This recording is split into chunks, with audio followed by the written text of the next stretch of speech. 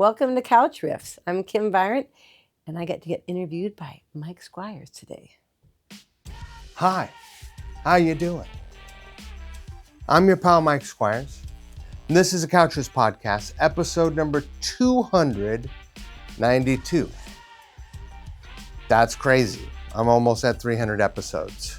Thank you for taking this ride with me. This is super fun. I started on a couch in Brooklyn, ended up doing a bunch of Zoom type calls and interviews, and now I have a cool podcast studio that I share with my studio mate, Fluff. It's amazing. I'm so happy. My guest this episode, I'm so stoked about, and I am connected to in a strange way. Well, not that strange, but when I moved to Seattle in 1993, I went and saw a rock show that kind of was the first club show I ever saw. Well, the headlining band was Sweetwater, who was recently on an episode. I hope that you saw that episode. They released a great record this year. And in the middle slot was a band called Lazy Susan. Now, the guitar player for Lazy Susan is Tim DiGiulio, who I'm now bandmates with and fast friends with, but I love very much. And the singer of that band, Lazy Susan, is Kim Virant, who is my guest today. Lazy Susan may have been the first band I ever saw perform in a club, and it was a huge deal to me.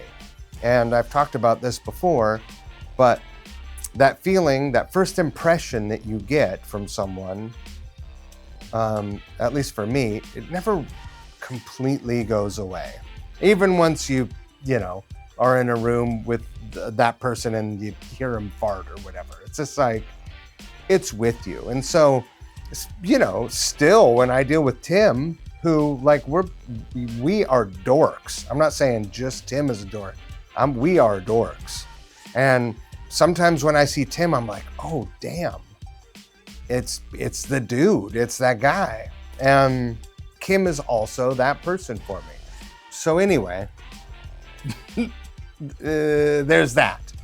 On December 5th, Kim will be releasing a single for Golden West, and then there will be a show on December 13th.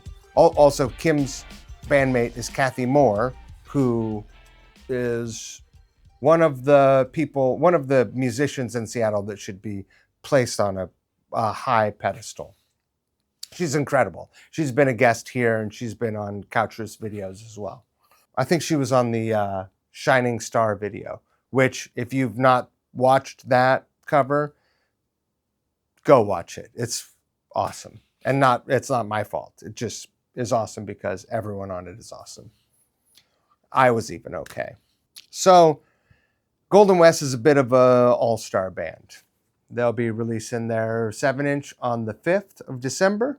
It's 2025. And playing a show on the 13th at the Tractor Tavern in Seattle. I hope that you will go out and support them. Kim has been singing her whole life, and she'll cruise. She'll probably sing at her own funeral. I don't even know, man. But she's great. She is a Seattle institution in and of herself. So it was a great pleasure of mine to get to host her here. I hope that you enjoy this episode. Support local music. Go listen to Lazy Susan. Go listen to Kim's solo music. She's put out a couple solo records. And go buy the Golden West 7-inch when it comes out. Go see them live. Go see live bands. Go support the arts. Do it. Be nice to each other. Remember the golden rule. Treat people the way you want to be treated. And don't be a dick. It's really not that hard. It's a lot easier than being a dick. Oh, also, hey, don't forget to support the Couch Riffs podcast at Patreon.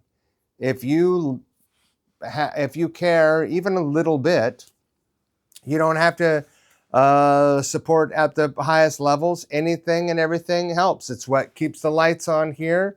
It's what keeps my dogs fed at home. I don't have a regular gig. This takes up, I'd be embarrassed to tell you how much time this podcast and all of its adjacent projects eat up. I wouldn't be embarrassed, but it's a lot more than you think. So if you have it to give and you have the inclination, it's very much appreciated. And the people who are already supporting, thank you so much. I'm going to stop talking. Let's get into it now. Wow. So you guys are all giving me shout outs in the intro. It's so fancy. I feel Ow! like makes me feel special. Well, I've been gunning for this interview, Mike, for a while now. So Is that right? Yes, sir. I'm very happy to be here. Well, we have you have a release and we'll get to it. Perfect. Welcome to the Couchress podcast. Thank you. Is it as glamorous as you thought it would be? It really is. It's delightful. Yeah, super glam. Yeah. Yeah. I recently did a gig with your husband, Chris Friel. The handsome Chris Friel, yes. Handsome and charming. Yeah, and funny. And talented. The two things that I want in a man are foxy and funny, and he hits both.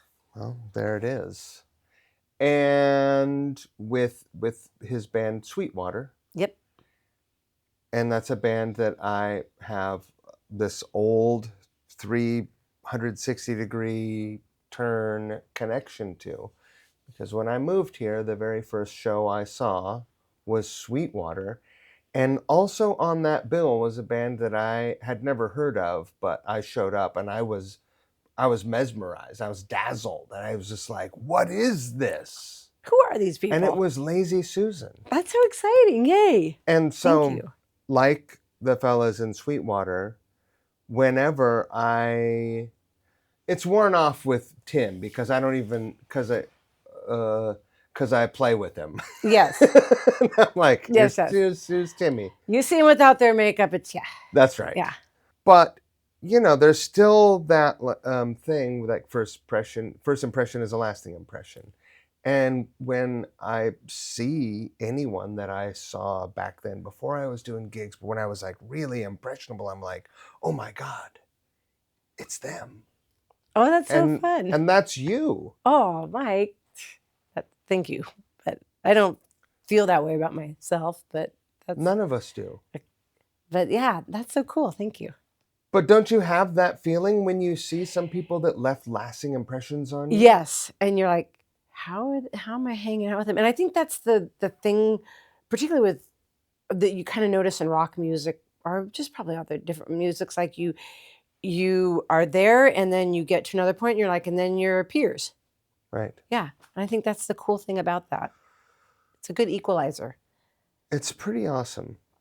And how cool that you got to play with Sweetwater. Those guys are a pretty tight unit. So Chris said it was great. He said you were wonderful and just fit right in, and not that you're going to take Cole's job by any means. But I don't want his job. No, he's great. He's the bass player. But it was nice of you to fill in.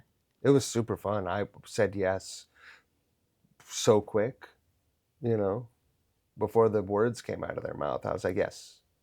You're like, yes, I will. Yes. So one of the things that I love about having folks that I've known, because I've known you for a long sort of time, like kinda, yeah, like we're on hugging terms when we see each other. Yes. I was at your birthday party. We're friends, but like we don't. No, it's that larger circle of friends, right? But yeah, I don't know that much about you, and one of the things that I love about doing this is I get to know people in ways that I have not known them. All right. And hopefully everyone gets to know you in that way. So I think you told me once that Lazy Susan was the first band you sang in. Is that true? It was a second band. I was in another band for a little bit. So my music, so first of all, I didn't grow up here, which everybody's like, oh, you grew up in Seattle. And I've been here almost all my life except the first 15 years because I was a military brat, which we haven't. So I moved around every 2 years, and my dad, we were in England, and my dad, it was time to go, and he had just made full colonel, and they stationed him in Washington at McCord. And Your dad was brass. I was like, oh, yes, sir. And I'm like, where are we going? I think I was 14 at the time, and I didn't understand, like, this is so far away. And it turned out to be it's funny how it's those little things that all add up. And so I went to high school out there, went to UPS, University of Puget Sound, for a few years, and then I transferred up to the U, and just kind of fell in with some different people. Like I'm not exactly sure how it happened. A guy named Alex Rosenast, who owned Rock Candy, and his best, really close friend was Stoney Gossard, and then it was that kind of whole crew. So I was running around socializing with all these musicians, but I was not one. I had done theater all through high school and into college, but it had never sang. I always thought I might be able to sing, but had never pursued that. And then I went to Europe in summer of '89 for 3 months. And it's that thing where you're telling your story all the time to people. You're kind of refining who you are. And I think I was 24 at the time. And it was, I want to sing. And my friend that I travel with, Anne's like, you went from, I think I want to sing to I'm going to sing. And so when I got back, I went to a party that next weekend, and this guy was willing, he was like, yeah, I'll play music with you. I'll do an open mic with you. So we did down at Murphy's around 45th. And I seem to recall, my memory's not always the best. I think it was kind of a wintry evening, and like Stone showed up and Alex showed up, and all those people showed up. And I'm sure they were like, can she fucking sing? I hope so. Like, I think all my girlfriends are like that too. And it was fine. What if she sucks? I know. Well, you love your friend. You want him to not suck. So, so then we went on to form this band, and I think Tim and I were just talking about this, Tim DiGiulio. I was talking to him on the side. Like, we were all starting to kind of hang out together. And we were talking, and then we opened, this band I was in opened up for the Pickets at the Vogue, and Brian Kinney was in that band. And I think there was something about whatever I was doing, he was ready to have a new project. So he approached me, and I knew by talking to him that he and Tim were on the same page. We were all coming from that kind of Stones, kind of American rock and roll. And that's, the connection was there. And then we started playing together. I was just talking to Tim before I got here. We found Steve Bramer on drums through the Rocket, as you did back then.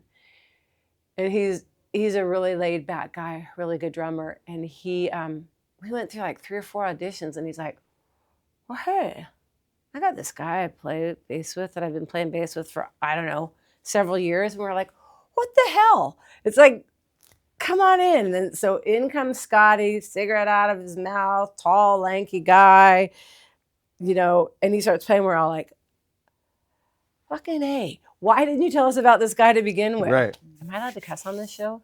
Yeah. Okay, it's a mature audience. Okay, thank you. So we just started out, and I think that our first 2 shows, Tim was saying, the first show was, the 3 of us was Black Eyed Susan. I think it was just me, Tim, and Brian played. We opened up for Mookie Blaylock, which later became this band called Pearl Jam. So they never really did anything after you opened for them. So it kind of happened fast, and I think part of it is, for me, is that I fell in with really great players. Like, I've always had the good fortune to play with excellent players.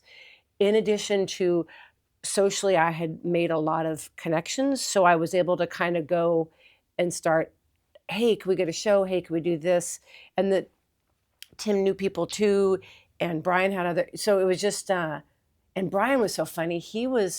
First time I met him, we were living in this house. I was living over in the house called the Vixen House over on 36 in Wallingford, which we would be outside the Vogue, and I would hear the address. I'm like, oh, I guess we were having an after party. It was crazy pants. And down the street were these folks that were, I think they were squatting in this house. We called it the Bingo House because all their pets are called Bingo. And they're like, hey, we got friends that are coming up from Phoenix, this band that's moving here from Phoenix. And they're like, you want to come over and party? And I was like, okay.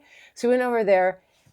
And is it the Super Suckers? No, it was Best Kissers. Oh, yeah. So those guys all came in. So I met Brian the first day they rolled on in, all of those dudes. And then I remember they ended up back at our house, and Gerald Collier, it was Gerald and me and some other people. We were all doing chicken fights, stuff that you do in your 20s. And it was so funny and I've always really adored Gerald. I think he's just such a talented songwriter. And he's like, you're never gonna see me like this again. I'm like, chicken fighting? And but it was really such a cool time period during that time. So much fun things were happening.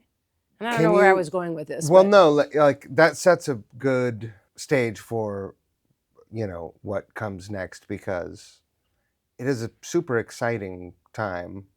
People have not started moving in droves, but eventually do. Yes. Including me. Yeah. People are excited about Seattle.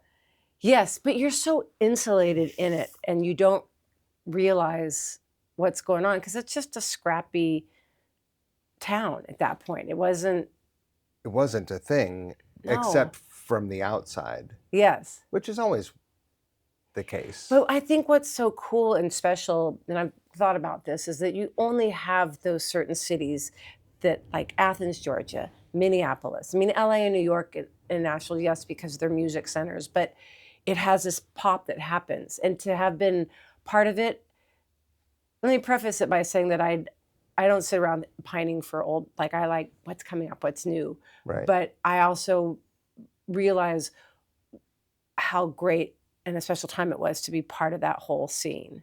And Lazy Susan was always a little bit of an anomaly as far as where we sat within that scene because we did really well. We'd sell out the clubs and do all the things, but we were never grunge. And we also were fronted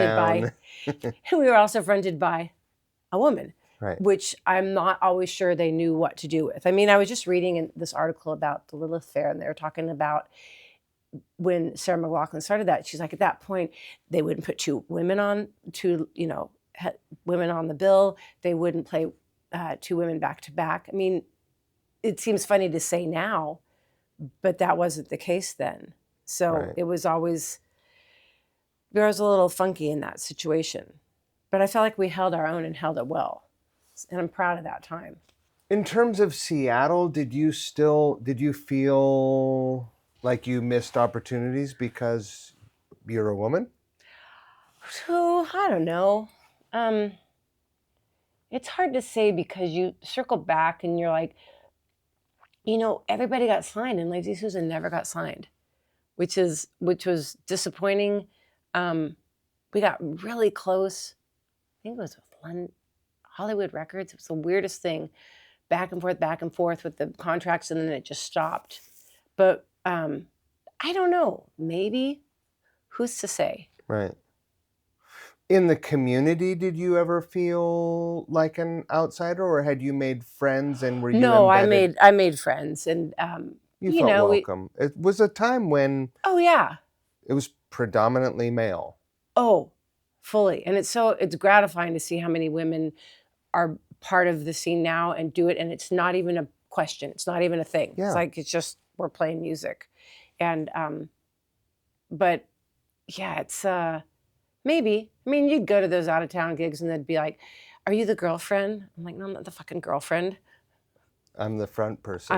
I'm the lead singer, so, no, it was so much fun. Yeah. And we had some great opportunities. Do you remember the first time that you guys all fired in? Well, tell me about the first time you sang. How did that open mic go? It went really well. I like I said, it's more kind of just some kind of feelings about it, but it was definitely like, oh, I can do this, and I kind of knew I could. Like I would always, do you know what a KOA is? What? KOA. They're camping spots. Yeah. So our parents we'd have a little Winnebago and we'd go around and go to this KOA, and I'd sing to my mom in the bathroom because the acoustics were really good. I'd sing John Denver's Country Roads. And so I always kind of knew I could do it. I just never had the tools around it. And one time, I think in high school, I recorded myself singing a James Taylor song. And in hindsight, it sounded fine, but it's like, it's the key wasn't right, and it's understanding those things. Right. But even to this day, I'm like, I don't know what key I need this in. Here, I'm going to sing it here so I can get to there. Can you find it for me on the? Because I play the piano a little bit to dick around to write songs, to help with that. But I collaborate with people when I write. So I need somebody to play a melody, and then I can find the lyrics and whatever it is, or the song, and then I'll write the singing part. I have no formal background training, clearly. Clearly you don't need it. Thank you. You know, what were you listening to before you decided, like, I want to sing? Did you have an idea of what kind of singer you were going to be? No. Well, that's not true. I was listening to a lot of Natalie Merchant. Mhm. And if you listen to earlier stuff that I did, there's definitely a through line there. But when we lived in England, we were there in the late 70s. And I listened to The Jam and Police and Clash and that. So when we moved to Tacoma, all those people were listening to like Rush and Zeppelin. And I'm like, what the fuck? What the... and wearing star jeans. Right. Wait a minute. Did you go to high school with Juanita? I did. Okay. Yeah. I remember we that. were in the drill team together, and I was probably the worst person on drill team. If you had to have the green pom-pom and the white pom-pom, inevitably I'd have them switched. So you'd have a line of uniform pom-poms except for mine. Right. That's okay. Oh, yeah. Well. Breaking patterns. Yeah, exactly. Pattern breaker. And I'm a late bloomer, and I kind of always have been.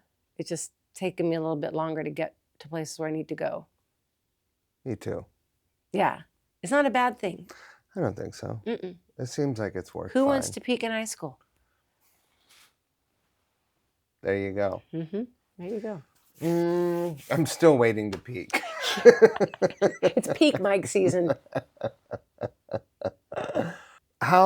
So you had all these friends show up to that open mic. How did they respond? Were they surprised? I think they were surprised, and I mean, I don't know. You'd have to ask them, but I think they were probably surprised, relieved, and like, oh, that's good. Like, she has a voice, and it takes you a while to, you have to kind of find it, and and I was pretty much willing to sing anything. They were like, will you sing I was in that one band, like, will you sing The Wizard? I'm like, I don't know that song, but sure. And and it's probably not nearly, it's in my wheelhouse, but my voice is always kind of twangy. So it's whatever I'm singing is that kind of fits in there, but Right. It's rock too. Indeed. Yes. What about the first Lazy Susan gig? Well, that's why I had to talk to Tim before I got here, because I clearly didn't completely remember it. I just remembered it was at the off-ramp. There's a lot of people in there. I was probably super nervous. And I think, so we were together, I think, like 90, 91 through, definitely, we did our last show at the Croc in December of 96. And that was a really great show. It was kind of like it's like dating someone. If it's not going to those next levels, or just comes to a point where we weren't getting signed, it had been all the feelings and all the personalities, and it was just time to call it. 'Cause you don't want to beat it to death. You want to go out gracefully. Yeah, exactly. But we had great shows. We played with Page and Plant at the Gorge main stage. Pretty good gig. Yeah, pretty good gig. Did you guys play Drop in the Park? We played Drop in the Park, yeah. Which is for people who don't know, Drop in the Park was a legendary show here. And it was nationally covered. I think I hadn't moved here yet. I learned about it on MTV. But will you talk about that day and that show a little bit? So Mike McCready, he's really very close with Tim, and I was good friends with him, and he was very much a champion for us. And and I didn't think he had worn a Lazy Susan shirt on SNL. We were like, yeah. And they asked us to be on that gig, and it was so nerve-wracking. There was a porta potty that was kind of for, not the PJ people, but the rest of us. And I was back and forth to that potty. And the guy that was kind of there guarding it, he was probably like, what the hell is wrong with her? But I was just, gotta pee, I gotta pee, I gotta pee. So I was so nervous. And it was gigantic. I think there were 30,000 people there. It was a massive thing. Yes. But I got up on that stage and I was like, oh yeah, this is awesome. It all, there's something about being there. It's like I'm looking out, they're looking at me. It's like we're in community together, and we're gonna have a good time. It was just magic, Mike. And the sound. Magic, Mike. And this, right? The sound. It's not like being in the rehearsal room. No. Because at that point, most of our jam rooms are shit. Yeah. And the PAs are shit. Yes. And you can't hear yourself in the monitors. No. And the sound is bouncing all over. When you're on a giant stage like that, there's subs, the sound is focused out. What? And you have to remember, not that you don't have to remember anything because you wouldn't know this. So the whole time I played with Lazy Susan, those two boys played very loud. Yeah. And how many times? Have you ever told him to turn down? I'm like, no, it's never crossed my mind. It'd be like Tim over there. I'm turning down. I need the tone. I'm going to turn it back up. So it was great to be able to hear myself, and it was empowering. And it was, there's a picture that Lance Mercer took from the backstage. It's of me and Tim. So it's kind of like this, looking out to the audience, and it just captured like that feeling of exuberance. And oh man, it was really fun. It must have felt fucking great to be included in a show. Yeah, because I think Cypress Hill was on there, and I can't remember who else was on there because I think they played after we did. And I think was Green Apple? Maybe, because then Marianne would have been on there. But once again, it was like very frequently I'm the only woman on one of those bills, and it was powerful. And you're doing these things and you think, okay, where's the trajectory? Is it getting us along to where we need to be?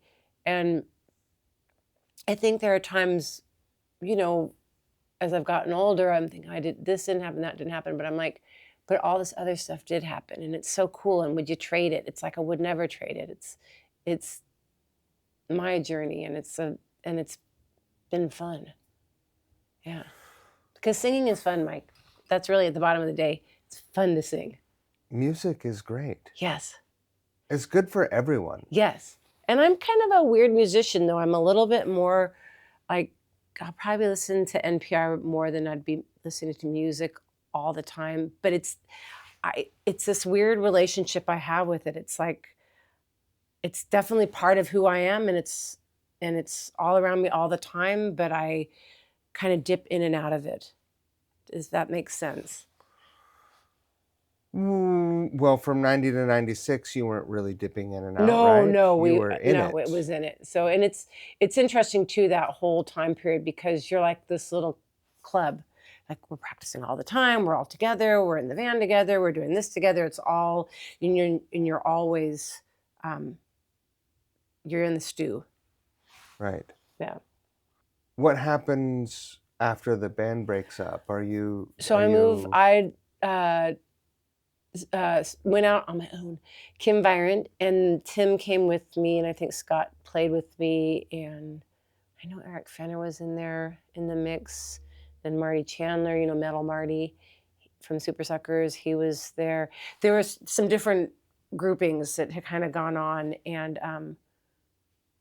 it's funny. I have this image. Chris Friel and I are moving out of our first house into the house we're in now, and it's that last thing when you're in the garage, you're just moving shit. You're like, why do I have this? Do I need this handful of screws? I don't think so. And but there's a big thing of the rocket, and so this was like 18 years ago. Like a rubber tub. Yeah, tub of the rockets. And so we're like looking through it, and it's that realization of like, not everyone continues to play. A lot of the people that played that were in the Rocket, they may or may not, or you just lose track with them. It's like, but I'm kind of a doer. I'm like, I'm gonna keep going in this and what I like to do it. So I find people to play with me.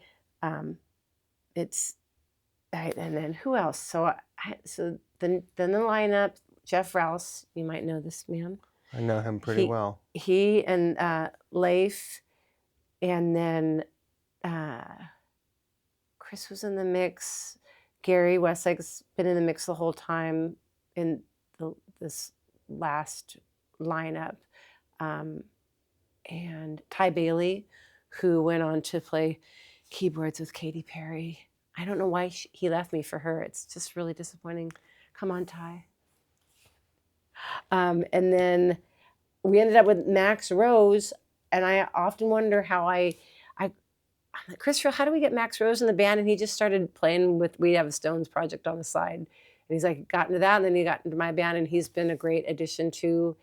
And then, so that's been since 97. And then in this past year or so, this wonderful woman, so Kathy Moore was also in the mix.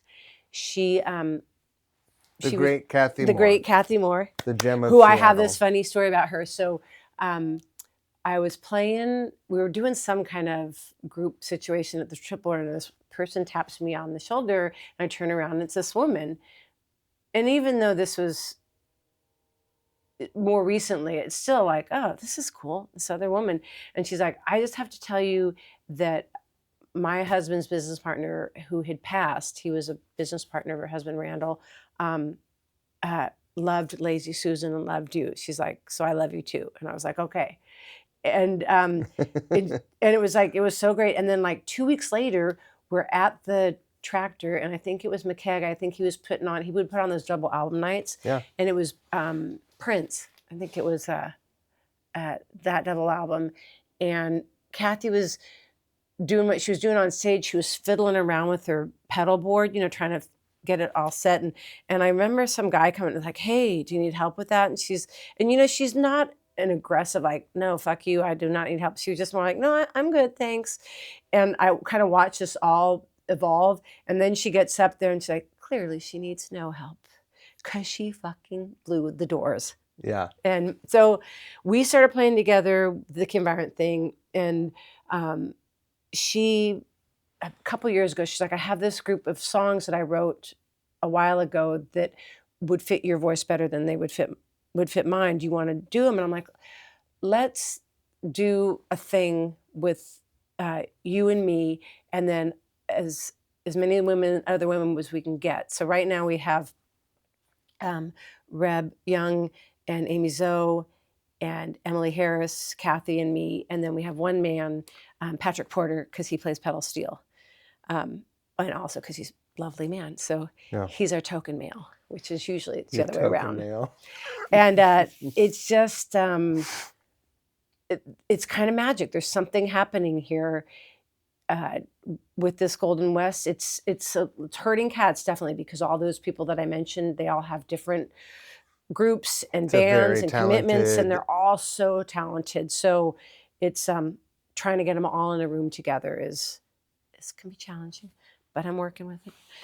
So when did this band form? A couple years ago? I would say, well, probably a year ago. Probably like it was being in the talks in late 2023, and then we recorded. Kathy and I went and recorded with Jeff Fielder in late 2024. And we came up with these two songs. There's more than two, but we recorded just these two songs, Kansas and Hallelujah. And it was awesome. Like, the experience was great. Fielder is so talented. And at one point he's bringing all these different instruments in. He's got like the guitar, and he's got the mandolin, and he's got this one guitar that's metal, but it's not called what that metal one is called. And anyhow, it's all these things. I'm like, how the fuck is this all going to work? And oh boy, he made this tapestry that was so beautiful. He had us in his stairwell clapping and doing things. And it was just a very organic easy process. My favorite is not going into the studio. My favorite, I like entertaining. I like being on stage. That's my favorite. I always feel like the studio is a test, and can I pass it? Like, can you, it's one thing to have that vibrancy and the energy from the crowd. And I think I carry this over from the Lazy Susan days, because it's always this thing of like, you guys are so magnetic, but can you capture that in the studio? And I'm like, I'm letting everybody down because I can't capture it in the studio. And all the boys are staring at me. Like, so Right. now when I sing, no one's allowed in there. It's my world where I can, and that's the beauty about, and it wasn't that they were being mean. I think they were just wanting, okay, we want it to be good. And, we're excited. But at the same time, you have to find a space. And as you get older, it's like, okay, this is how I do it. And this is how I capture it. And I feel like my voice is better now than it was then. And I had vocal surgery in 2017. I had been getting pretty hoarse and could not hit notes. And I was like, what the hell? And I went to the doctors, and they're like, put the thing, how many scopes? Have you ever had a scope on your vocal cord? It fucking No. sucks. Goes up your nose and down. It's like, okay, whatever. And then like, do you have GERD? Do you have this? Do you have that? And finally they sent me to the otolaryngology department over at UW. And they're like, well, you have a cyst on your vocal cord. And I'm like, what? I'm like, is it something I did? Was I being bad? They're like, no, you can get a cyst anywhere. You can get it on a wrist, Right. You just have yours on your vocal cord. And what it had done is it's called a cup and saucer. So the little comes out, and then it makes like a little saucer. So I had to get surgery on this twice. So I went in, they did the surgery, and then she looked at it again. What was her name? Tanya. She was so great. And she's like, I didn't quite capture everything. I want to go back in. And I'm like, okay. So when they tell you this, is there any part of you that is having to face down the idea that maybe you won't be able all to of sing? parts of me. It was all very scary. And then you see, like, and I think that the Julie Andrews thing had already, do you remember that thing with Julie Andrews? She had ended up surgery and she never could sing again. Really? Yeah, it's screwy. I have the surgery, and they hooked me up with a speech therapist and then a vocal teacher. And I had taken like from David Kyle and a little bit. The maestro. Yes, which was so, never mind, leave that alone. So it was not for me. And I went to go see this woman, and she was great. She only saw rock singers if they had been damaged. Most of the people that she taught were opera people, opera singers. And like I'd go to her place up on Issaquah, and I'd wait to get in and be like, all these people, la, la, la. I was like, oh my God. And she was wonderful. And to this day, now I still do warm-ups. Even though I know this cyst was nothing I had done to my voice, it's like, it was a wake-up call. Like, you need to, You want to do this forever. Yeah, and it's kind of a crapshoot. It's aging in general. It's like, you can sound like Robin Zander, who sounds Pretty like good. a teenager still, or even Loretta Lynn. It was like that stuff that she did. Her voice still sounded strong and good, and it's luck of the draw to some extent. It's like, how you age. Like, you're going to be bent over, you're going to get to stay straight up. Everyone's bodies Yes. deteriorate different. But if you can help it along by not hindering it, that's a good thing. So, yeah, so I don't know where I was leading with that, but that was the major thing that happened. What kind of things are going through your mind when you're about to go under the knife? They put you out and Oh yeah, they put you It's out and then they do whatever they're doing there. It's just that you hope that everything comes back. But what's the alternative? My voice was getting scratchier and scratchier. I mean, it's always kind of a scratchy, felty voice anyhow, but it was after that surgery, it's like I can sing these higher notes and they're clear. right. They're and just more confidence. And I think there's a certain sweet spot as women get older that everything kind of comes together with your voice. And I just and the stuff that we're doing right now with Golden West, I'm really loving. And then just to be completely confusing, then I have another set of songs that we're going to release under Kim Virant. It always seems weird to say under Kim Virant because I'm Kim Solo Virant. material. Yeah, solo material sometime in 2026, and that's there's some really good songs there too. Some songs.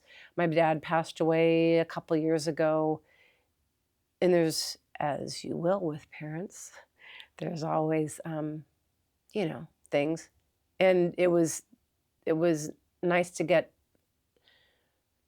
feelings and thoughts down on paper where it's always interesting. You do it and you step back and you're like, oh shit, oh okay, that's what was happening. Right. Yeah, and that's part of the creative process for me too. It's and I'm sure for most people it's like it's pulling that gunk up and then putting it down. And then, do you write songs? Do you write? I'm not a prolific songwriter. I've probably written 8 songs in my life, but I write riffs and I play, Yeah. Well, I'm a very slow. doodles. I'm team turtle on most things. I move fast and I'm quick, but when it comes to that, I'm not a prolific songwriter. But I always have this thing where I feel guilty if I'm looking back at old books for blurbs to grab for a song, and then it was that realization. I'm like, it's all my stuff. Just because it's 10 years ago, it just wasn't ready. It was percolating. Right. It's waiting for its time. Let's talk about making music as mature people. Oh yes, let's talk about that.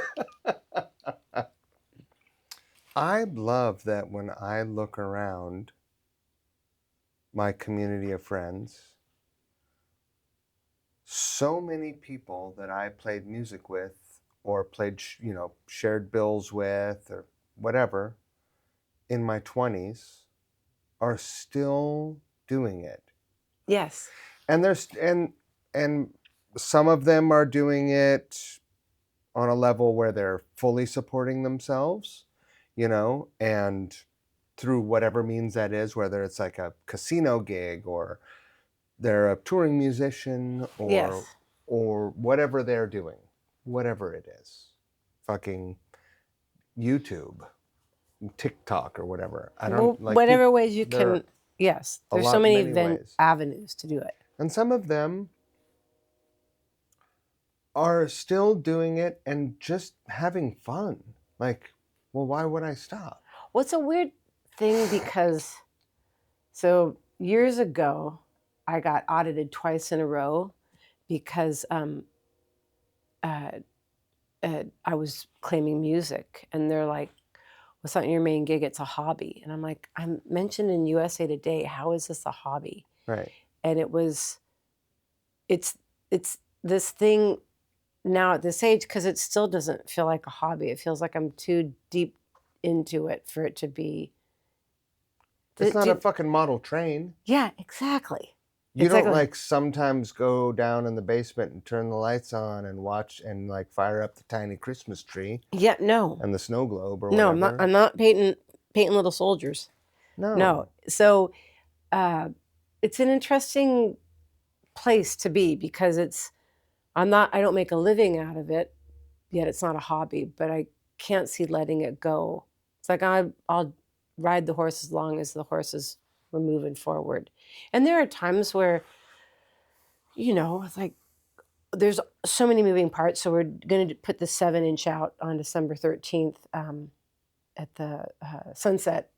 And it's like, okay, what do I need to do? Do I need to get press here? Do I need to do this? Do I need to do that? And it's like, it gets overwhelming to me sometimes. So I don't know where I was going with that either, but yeah. Well, I feel like the younger kids, like they know. It used to be that, and we've seen the development of all of the technologies. Yes. And younger generations, people who are in their 20s or even 30s now, grew up with these technologies. So we've had to go through a phase of rejecting them and being like, ugh, to, giving in. Embracing. Okay, I'll get a fucking TikTok. Yes. And so Now you have a TikTok that's probably neglected, but maybe not. And Do you have a TikTok? yeah, it's fucking neglected. I don't have a TikTok yet. I have an Instagram. Right. Yeah. So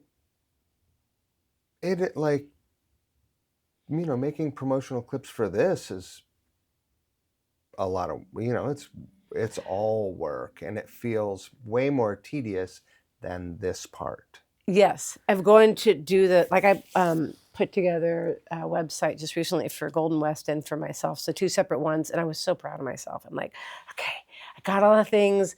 I'm able to do this. It's just, a one sheeter, but you don't need much. You just need some presence. So somewhere Right. to land. And, but it's definitely, I feel confident, like I can do this. And the other thing, kind of back to what you were saying about playing music at this age. So Kathy Moore and I are older than 20, and What? I can't believe it.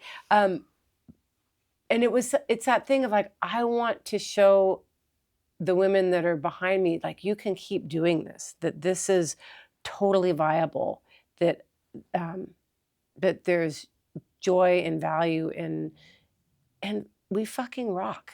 And no expiration date. No, you just keep moving and keep creating and keep meeting people that are younger than you are. And sometimes older. Yeah, so you have a gamut of people. And I think when rock started out, I don't know what, 50 years ago, it was such a young person's gig. And I think as people have gotten older and have been doing it for longer, they're like, I don't want to give this up. I like doing it. It's fun. With the way the world is right now, I'm glad that I'm as old as I am, and that Yes. maybe I'll die before I see the actual fiery end or whatever. But I definitely hope I die before I get old. And I mean spiritually. Yeah. I don't feel old spiritually. Do you remember when you were young and old people would say that to you? Yes. I still feel inside this broken body. I feel. My dad would say that all the time. He's like, I look in the mirror and he's like, what? Who is that? Because I think people do. I think there's a certain part of like, this is where how I view myself. And I was just looking at some articles on New York Times, and it was this woman that was 102, and Wow. she's in France, and she had started yoga at 50 and started teaching at 60, and she's just living her life. I'm like, and Carol Burnett is another woman. I think she's like 92, and she's got shows coming up, and you just never know. Right. So you have to meet the moment. You have to do the things. Do some weightlifting. I do some weightlifting because I want to stay standing straight and not falling over. It's my goal. That's important. Yep. And if you fall over, you want to be able to get up. Exactly. I do. Right. Me too. What keeps you motivated? Because there are a lot of things that will discourage us along the way that are like, this is too hard. You should give up. This is, this is hard. Why don't you relax and enjoy your life? Go on a fishing trip. Well, even just recently, we got back from a long trip for a couple weeks, long for us, and it's like, and then I'm seeing what everybody else is doing and how they're doing it. I'm like, okay, and I'm competitive to some extent. I'm definitely competitive, and I'm like, oh, fuck, maybe I just won't do this. And I think I don't know if Chris Friel said this or somebody else said, people would be sad. You would be sad. What keeps me going? It's that singing is fun. I like the connection.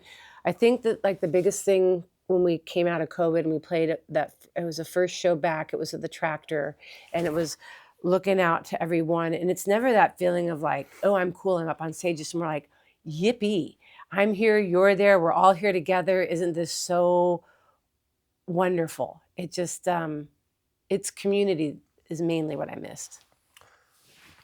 What did you do during COVID? Oh God, Mike, I'd like to say I learned to play piano and do all these things. I drank a lot of wine, uh, watched a lot of TV, felt super grateful that Chris Friel was in my life, and just kind of hunkered down. So I think I did a few things. Could I have spent my time better? Probably, but If you're going to be shuttered in with a fella, like you could do much, much, much, much worse. oh boy, I got the brass ring with that boy. I may not have gotten a record deal, but I got Chris Friel. And I mean that with all my heart. How much music have you guys played together? Quite a bit. So when Lazy Susan ended and I needed what point did he come in with Kim Virant? I don't remember. This is where I need him because he's got the memory of an elephant. It's very annoying because there are times when I know I'm right. It's so few and far between, but he's like, because he's the memory guy. Anyhow, I needed a drummer and I'm like, why don't you just play drums for me? You're real good. And in my house, come on. And so he was like, yeah. And I mean, he plays in so many other situations. And I play pretty consistently, but I don't play frequently. I mean, it's kind of a small town. You can. When was the last time you played out of town? Well,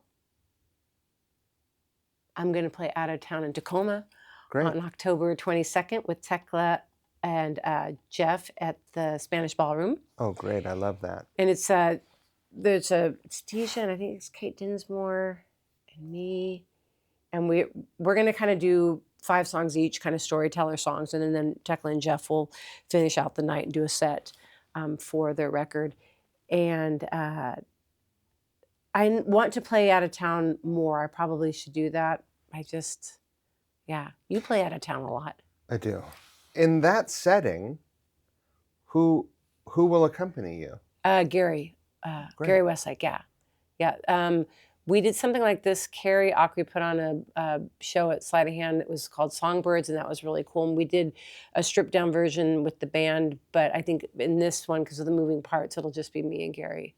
And we'll do songs that are coming out on the Kim Virant record for next year. And then, let's see, November 15th,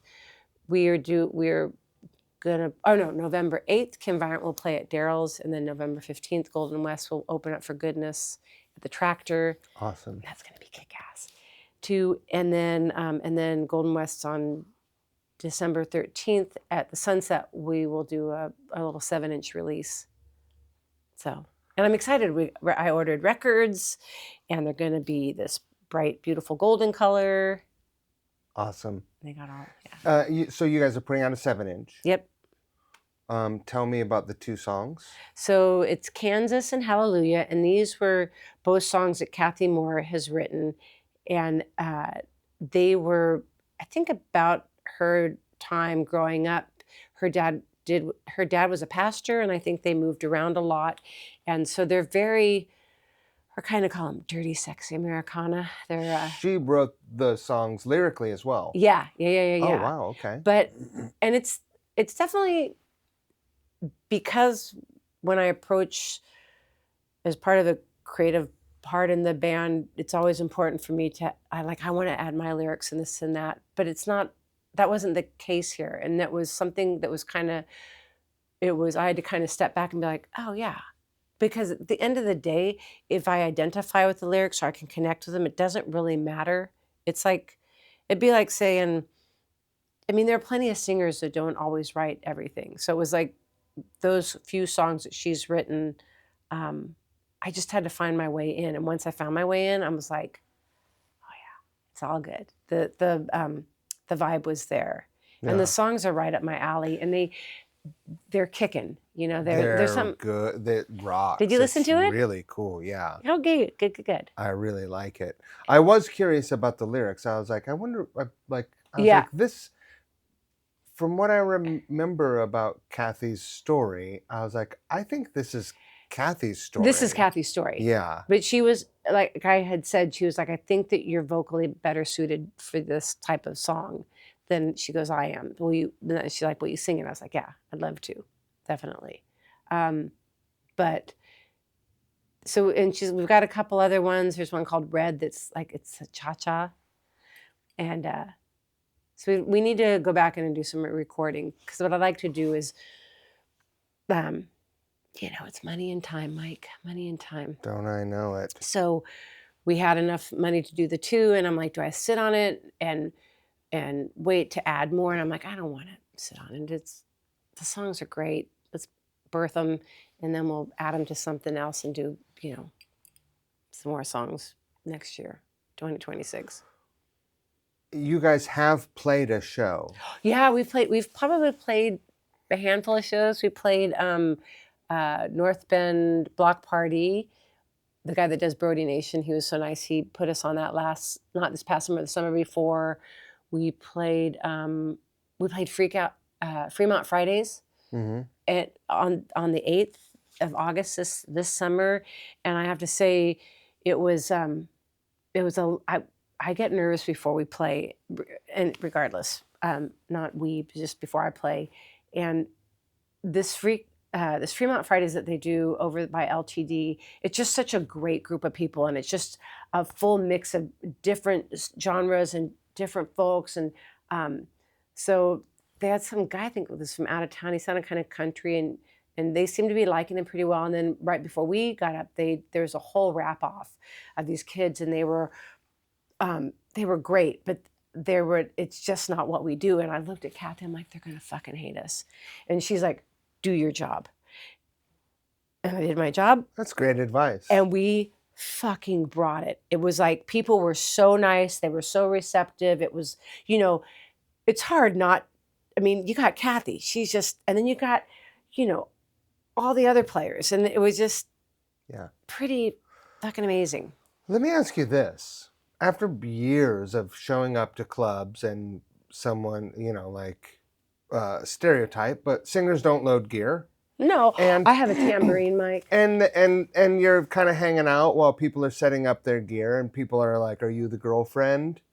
What does it feel like when you roll into a club or to a venue, or whatever the venue may be, with a crew full of badass women? It feels and good. You're like, this is it. Like, yeah, it feels good. And it's also being older. I'm like, I get nervous, and there's still things that I feel like I've got to prove, but I'm like, I also know that underneath it all is that I got the goods to bring it. You've been in many vans, and the conversation, like if you're the only woman in the van, like you're probably subject to many. Oh, I hold my own. Many colorful conversations. How do the conversations differ in the van full of women? Oh. Yeah, and don't, it's probably a little bit, don't out anyone. It's probably a little bit more about body. Is that the word? BAWDY. A little bit more rough.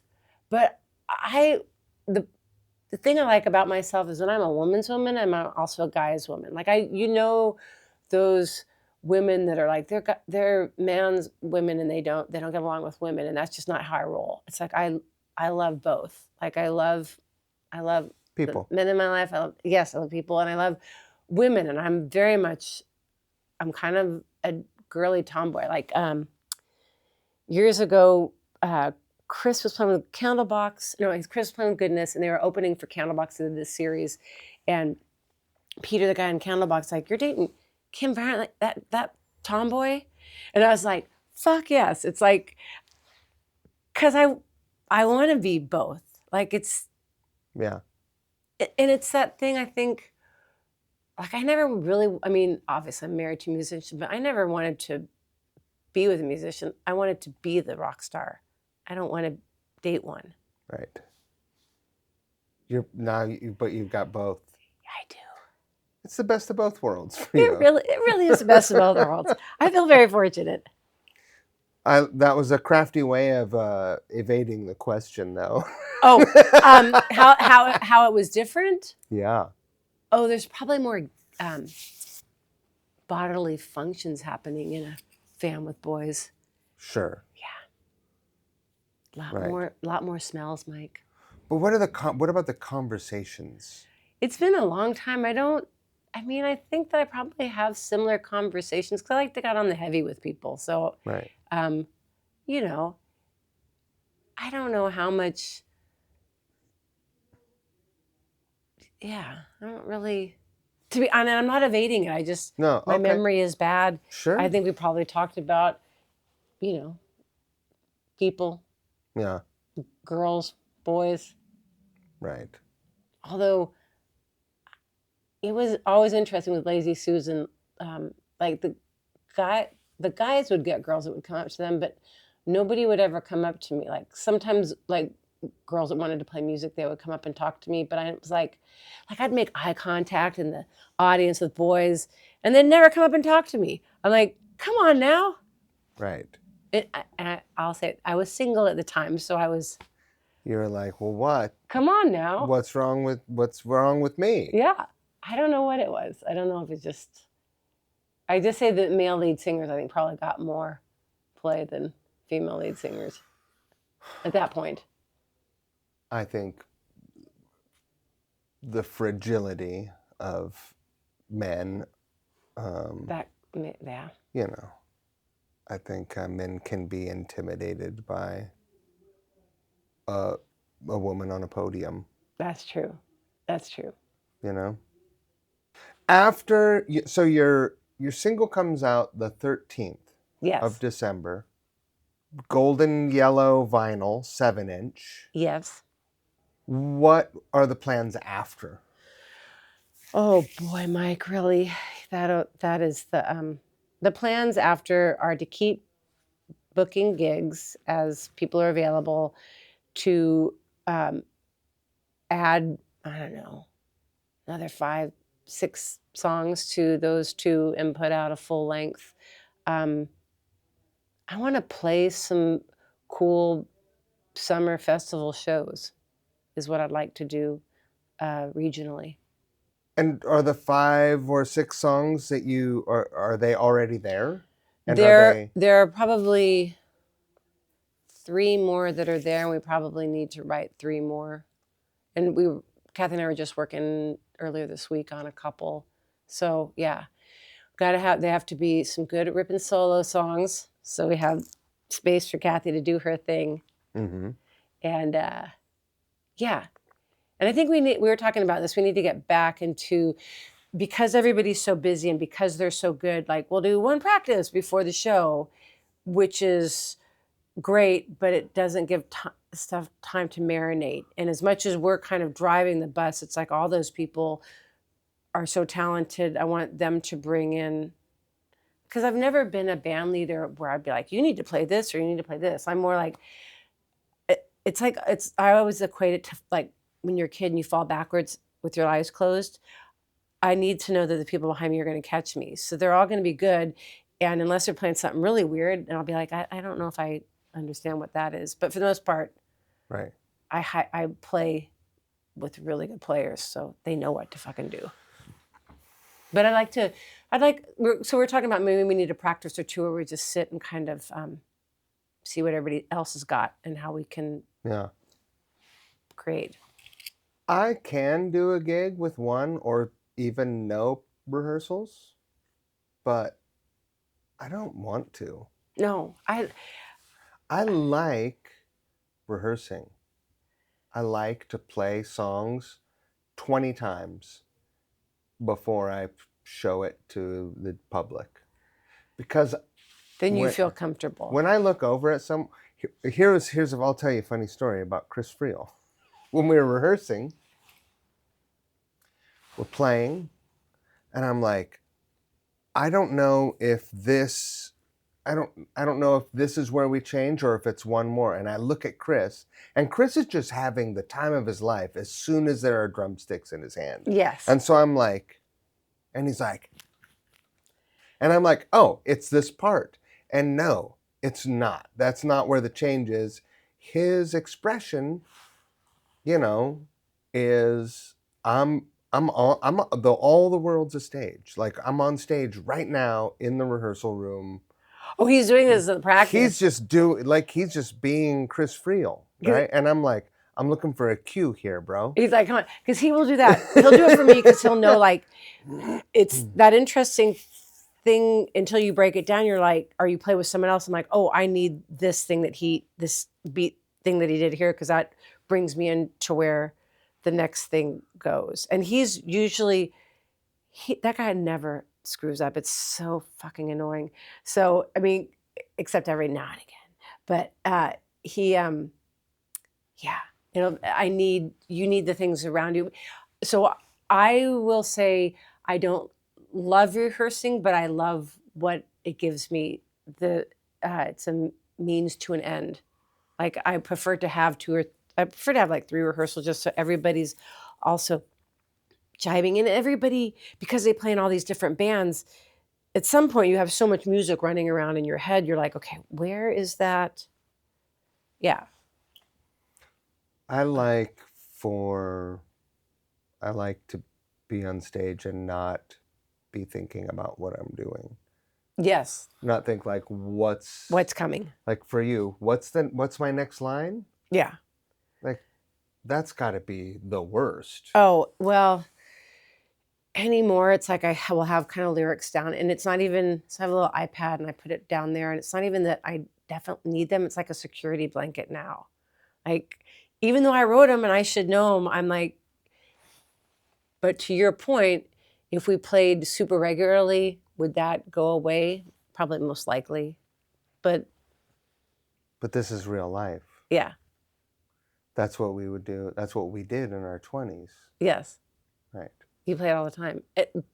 But I'd say I'm pretty damn lucky to be playing as much as I do now. And people keep asking, and so I say yes. So I'm like, okay, I'm doing something right. I came to your 60th birthday party. Yes, sir. Thank you for having us. Thank you. I'm surprised that you didn't throw a show. Oh, yeah, everybody said, are you going to, and I'm like, I'm not, I want to dance. I don't want to work. And it's not that it's bad work. It's great work. I love it. But, and Fielder did his 50th and he did a show and it was great. And we were part of that. But I want to be able to run around and talk to people and dance. And that party was so fun. And it's funny because there's a thing, as getting older as a woman, it's like, do you want to say it? But I'm like, yeah, this is 60. This is how it is. It's all the things. And it's good. I mean, the alternative is not good. I do want to add, though, that the cops showed up at your 60th birthday That's party. Right, that's right. So I think you're doing something right. I think that, yeah, 60 and still the cop is showing up. Chris told me the story about the cops showing up and Kurt was on the turntables. Oh, yeah. Spinning a song. Like they showed up and he just put on like a Parliament song that was like 10 minutes long or something. And they were like, hey, you got to cut it down. He goes, after this song. Kurt Block is like, you're not going to interrupt my playing. Yeah, after the end of the song. It was so fun. Did you have fun?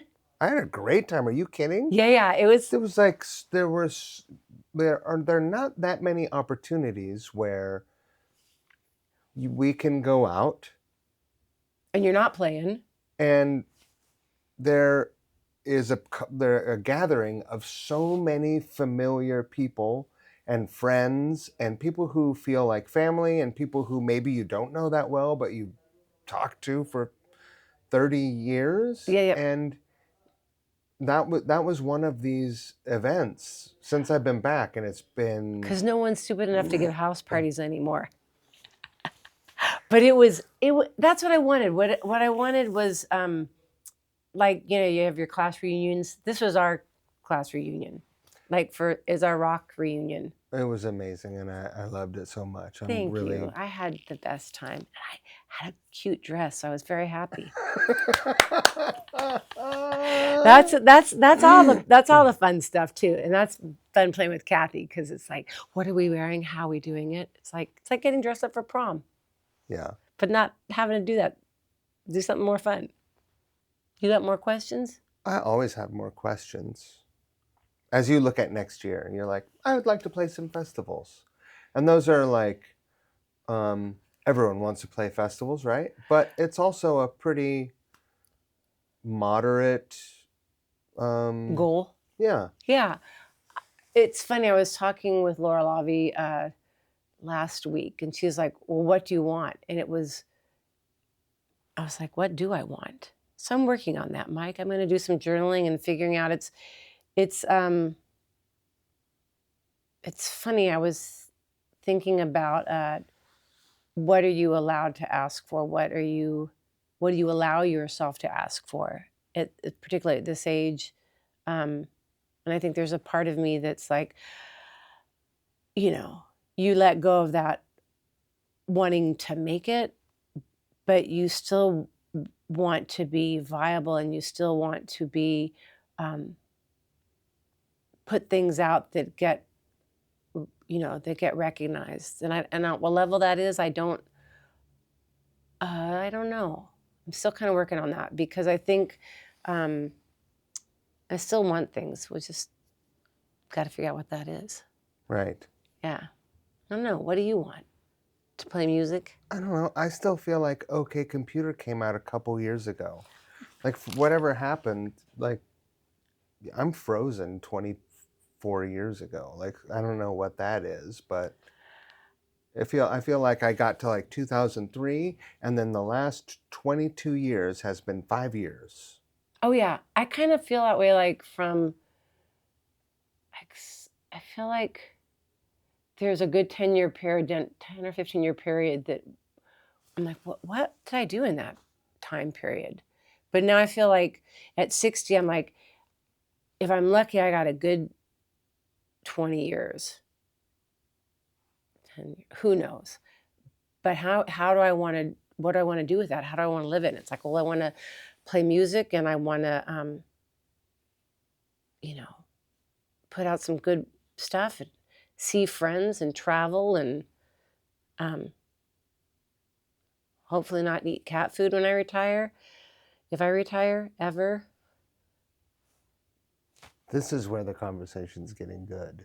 Yeah. Because it never even occurred to, I still felt young until COVID. Yeah. And in 2020, I was like, I'm going to die. There's an end date. There's an expiration date. Right. So what do you want to do with that time? And that's, it's kind of goes back to that birthday party. I want to see people I love. I want to hang out with them. I want to make music. I want to,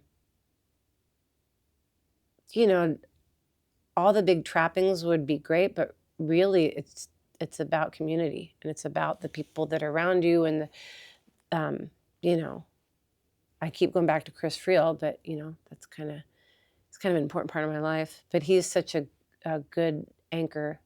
I always say that I'm the motor and he's the rudder, because he's a little bit slower about things. I'd be like, we gotta go. I like that physically you already embodied him when you started. This is the difference.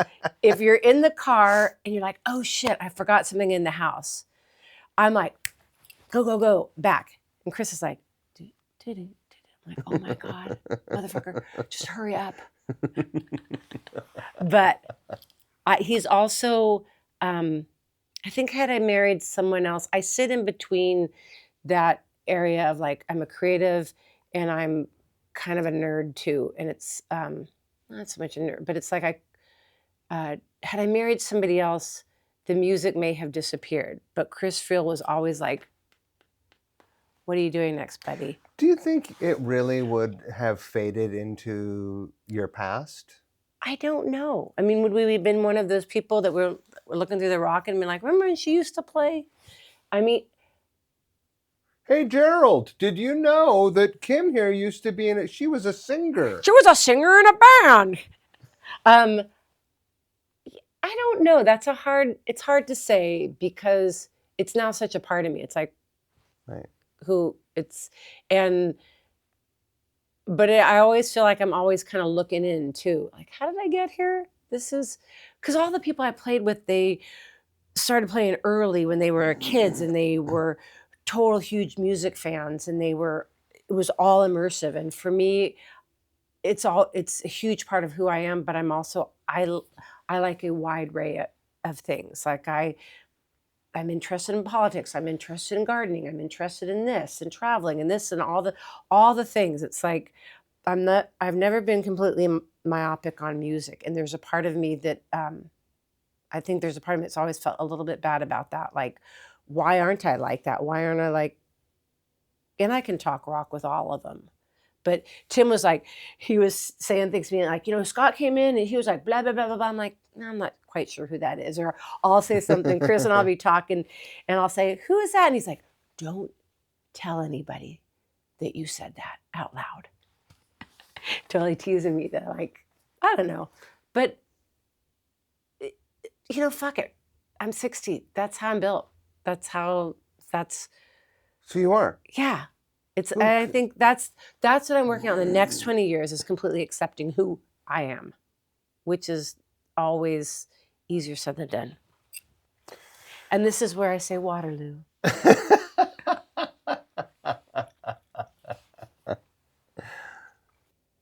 I'm just really happy that do you remember that show at the Rock Candy? No. You don't remember the specific show. Of course, it wasn't as important to you as it was to me. Oh, I'm sure it was like pretty... in the long term, like yes. in the big picture. But in the big picture, I still remember the way it made me feel. And were you playing music at the time? I mean, was it? I could play music. I wasn't in a band. But was it in the back of your head? Oh, I moved here to do it. Oh, you did? That's why I moved here. So you're telling me that I have a little piece of your heart for that. That's so... 110%. And it was like, I went there because I knew who Sweetwater was. Yeah. And you guys played right before them. I don't know who the opening band was. I don't recall. Do you know what year this was? It was 1993. So we were in the deep of it. Like we had started and we were kicking. It was like probably March 93. Oh, okay. No, maybe February, probably March.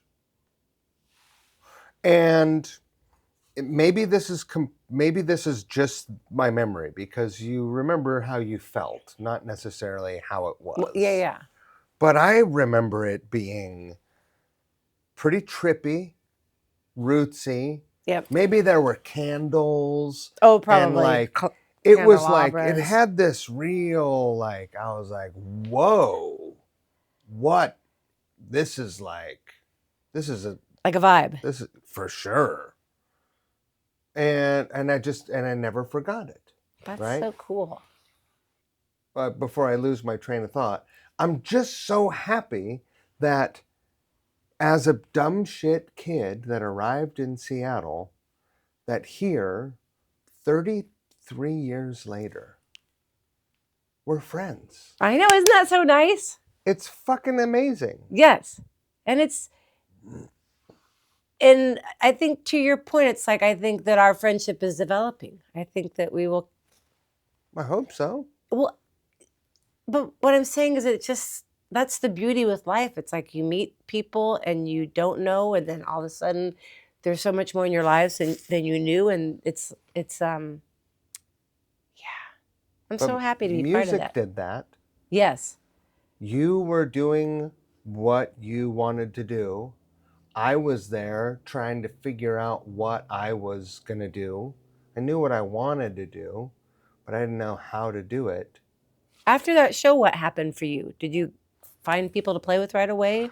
Not right away. I had a lot of like, I've told this story a fucking million times here, but like I was picking up the new Rocket magazine every time. I wanted to be in fucking Helmet or Jane's Addiction, but I wasn't fucking cool. I didn't look cool. I was straight out of the Marine Corps.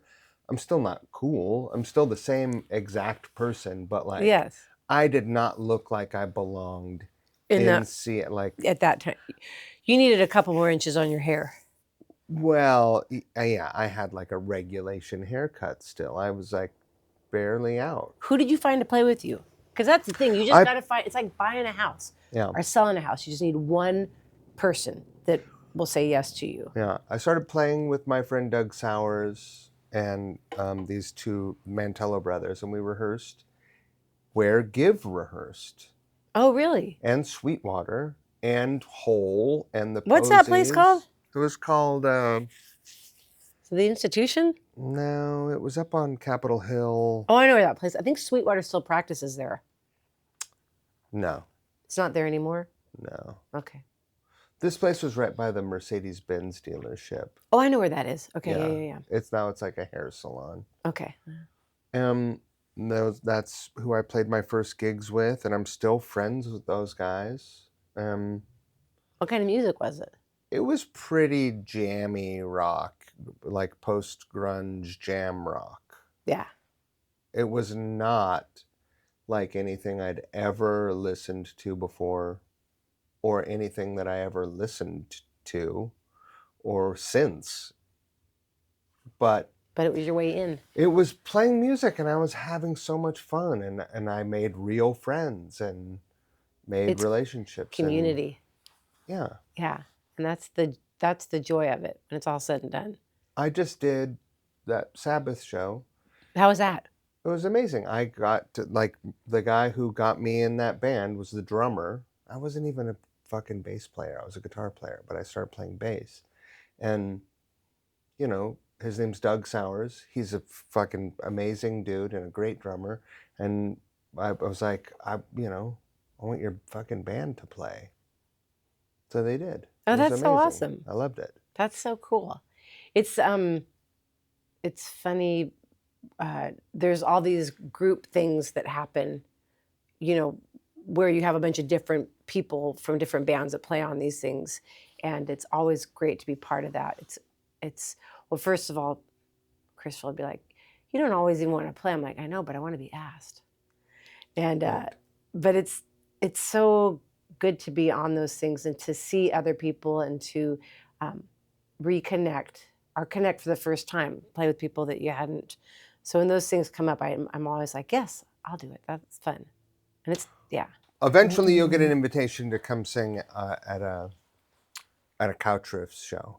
Oh, fun. Oh yeah. Are you doing another Black Sabbath thing, but for 70s? Is that a rumor? Well, it's not the 70s. Well, it's not a Is Black it 71, Sabbath thing. 70? I'm doing 1971. I'll give you a call. When are you doing that? Yeah. That'll be in January. Yeah. It just so happens I'm wide open. It's not. And I can sing the 70s, Mike. It's going to be great. And the house band is the Duff Band, and Nice. Is McKeg going to be there? McKagan? Yeah. I don't know. No. Andrew McKeg. No, he's not in the Duff Band. Okay. You can cut this part out because It's okay. I should know who's in the Duff Band. Well, it's Fielder and me and Musburger. Oh, the new. Okay, this amalgamation. Okay, sorry. Yeah. Okay, cut all that out. Sorry. No. So it'll be that. Okay. Yeah. I mean, I don't have to invite myself, but I was just saying if you needed female representation, I can help you with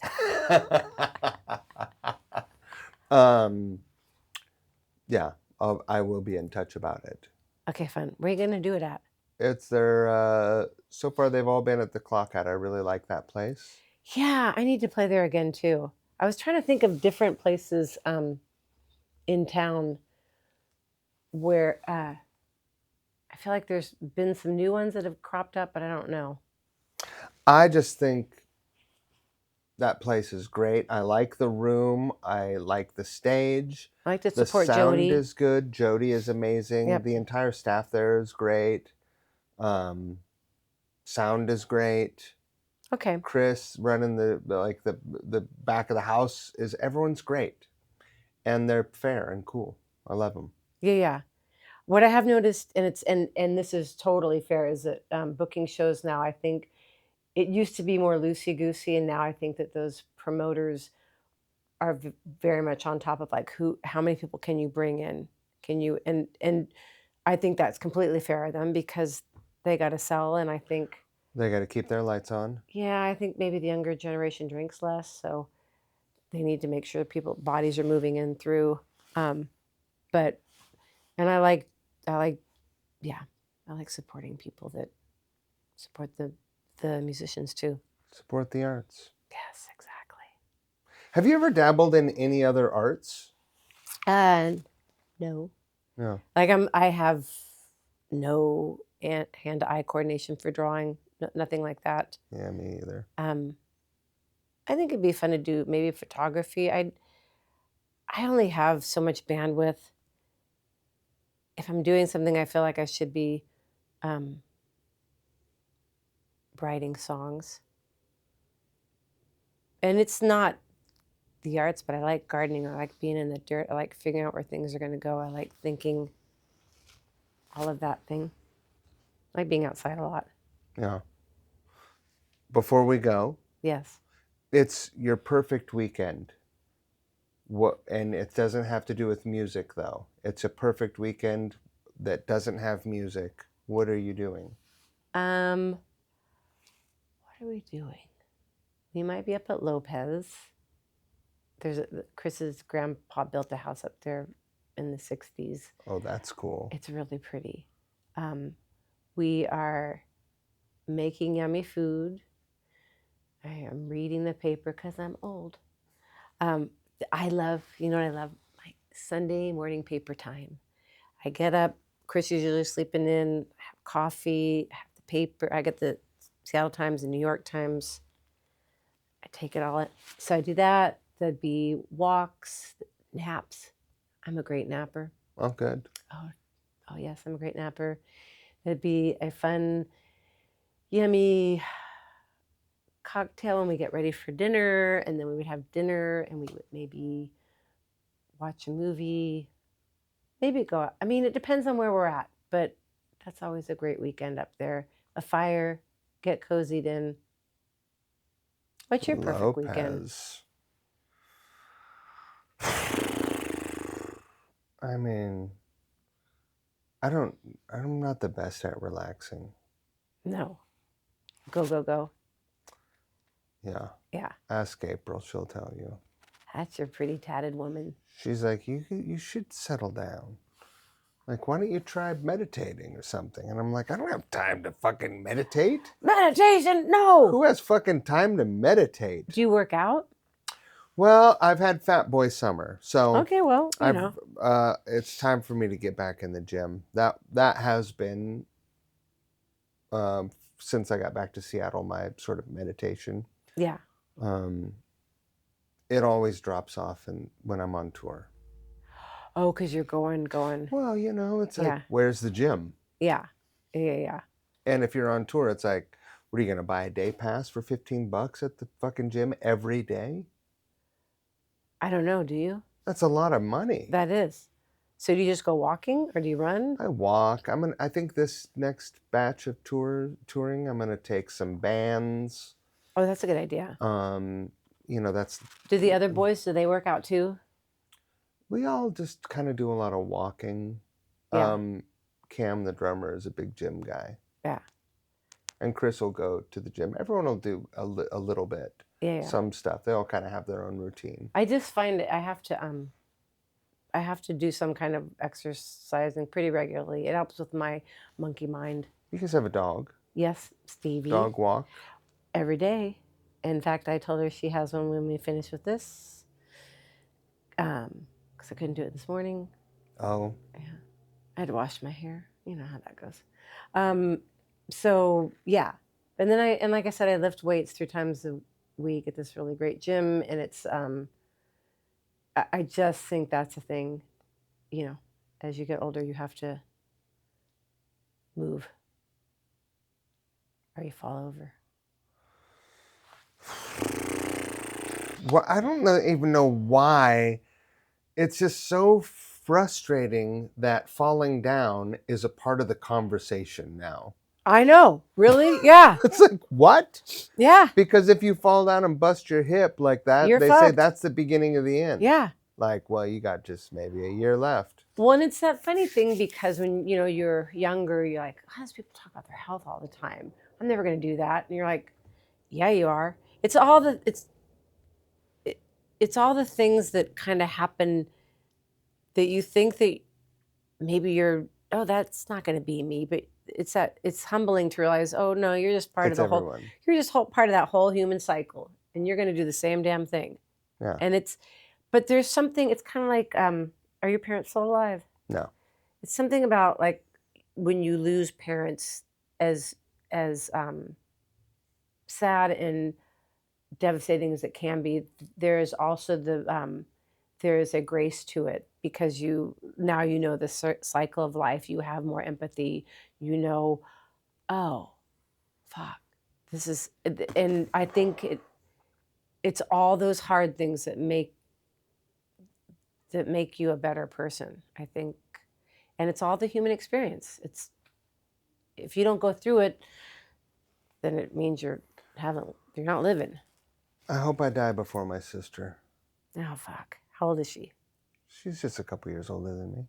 Yeah. So it's totally possible. Yeah. That's my goal. You asked me what do I want to do? That's my goal. I just don't want to deal with her death. I just hope I die first. Are you guys close? Yeah, I love her so much. Yeah. My brother and I, after my dad died a couple years ago, my mom had gone about 18 years ago. And my brother and I are very different. He's, even though we're both military brats, he went into the military. He's a trooper. His politics may be different than mine. I don't ask him. I don't want to know. But mother of God, I love that man. He was so great and he's just a sweet, good-hearted man and just super chill. Like he's a cop you want. Like if he pulls you over, he's like, "How late are you?" Right. So he's not a dick. He's just a wonderful man, and all the stuff that goes on. I was the executor of the estate, and it's all the things that were all the moving parts. And my brother's name is Chris. That's why Chris Friel is Chris Friel, because early differentiation. And he was beautiful and supportive about it and just had my back. And we're about 9 years apart. So there's this large gap. But I adore him. And I feel so fortunate to have him. And to have it kind of goes back to what I was saying earlier. It's like, you never know how things are going to evolve. It's like, we were never very close. And now I'm close with him. Yeah. Me and my sister were always pretty close. Just a few years. Yeah. When our mom passed, I think it was sort of like we became very close. Yes. Yeah. And she lives locally? Yeah. Okay. She watches my dogs when I go on tour. She does? She's like, I don't know, like I would not have my life if it wasn't for her. She's your family. Yeah. Yeah. Yeah. And that's that interesting thing. We're right now, Chris's dad is gone and his mom is with us. And we've been going through that whole process too. And we don't have kids, so we're not really that sandwich generation, but it's that interesting thing, making sure, okay, is she taking care of all the things there? But you got things you got to do. Yeah. Yeah. You got to take care of others. Yeah. When do you go on tour? I mean, always. Do you like it? Soon. I'll be gone when this comes out. Do you like it? I love it. That's so cool. I've never done that kind of touring. We did touring somewhat with Lazy Susan, but nothing ever. Oh man. And there's a part of me that's like, I wish I had probably done more of that, and I don't know. But you guys don't tour in a little van, do you? No. Yeah, it's different. You're age appropriate touring. Right. I would, under the right circumstances, get back in a van and do that. Like for a week. For as long as it felt appropriate. Like if the situation, I mean, Mike Watt still does it, That's true. you know? I don't know. If I was It was doing it was something with the right group of people, that's bingo. you know, It's the people. It goes back to that's the other thing about being this age. You play with good people. Like I'm not going to play with dicks. there's no room for that. Nope. The filter screen has tightened Nope. up. Yeah. Like none shall pass. No. Yeah. You got to be kind. You got to be good. But That's it. no. Full stop. Yeah. And I think that's what's great about looking around at all the different musicians. It's like, for the most part, I don't know a lot of dicks. Right. You know some people that are easier than others. Yes, sir, I do. Yes, sir, I do. I'm really excited that at age 60 you're putting on a 7-inch record. I know. Who would have I thought? think it's fucking amazing, and I'm so happy for you, Thank you. Kathy, and everyone in the band. Yes. I think the songs are those 2 songs are fucking great. Right? There's something kind of magical about them. It's so good. Yeah. I just have to figure out how to capitalize on it. Yeah. Success is what you make it. That's true.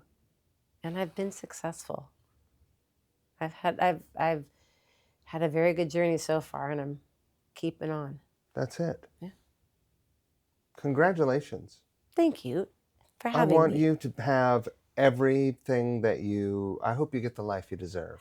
Oh, thanks. Me too. This is my new thing. I hope you get the life you deserve. It's interesting to see how people react. Well, it kind of seems sinister and nice at the same time. It's all in the reception. That's true. I think I deserve a nice life. Then I hope you get that. I think I've pretty much gotten it. I think so too.